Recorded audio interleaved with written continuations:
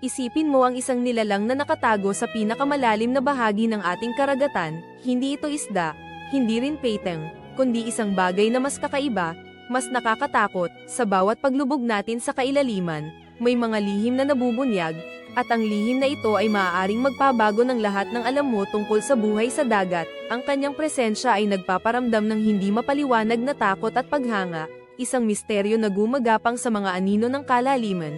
Higit pa ito sa alamat, ito ay isang katotohanan na humahamon sa ating pangunawa. Kilalanin ang Cyanea capulata, mas kilala bilang lion's mane jellyfish, ang pinakamalaking uri ng jellyfish sa buong mundo. Ang mga galamin nito ay maaaring umabot sa haba ng isang asul na balyena, umaabot sa mahigit 36 na metro.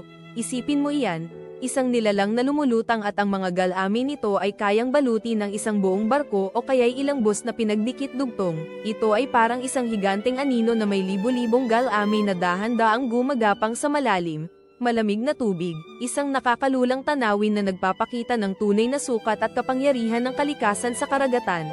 Paano nabubuhay at nagtatagumpay ang ganitong kahangahangang nilalang sa napakahirap na kapaligiran ng kailaliman? Ang bawat palsesayo ng kanyang kampanilya ay isang pagpapatunay sa kanyang kahusayan sa paghahanap ng pagkain at pagtatanggol sa sarili. Ano ang mga hiwaga ng kanyang siklo ng buhay, at paano ito nakakaapekto sa buong ekosistema ng dagat na hindi natin lubusang nauunawaan? Sa bawat bagong pag-aaral, mas lalo nating natutuklasan ang pagiging sopistikado ng nilalang na ito, na nagbibigay sa atin ng mas malalim na pag-unawa sa misteryosong mundo sa ilalim ng tubig. Sumama ka at tuklasin natin ang kababalaghan ng kalikasan na nagtatago sa kadiliman.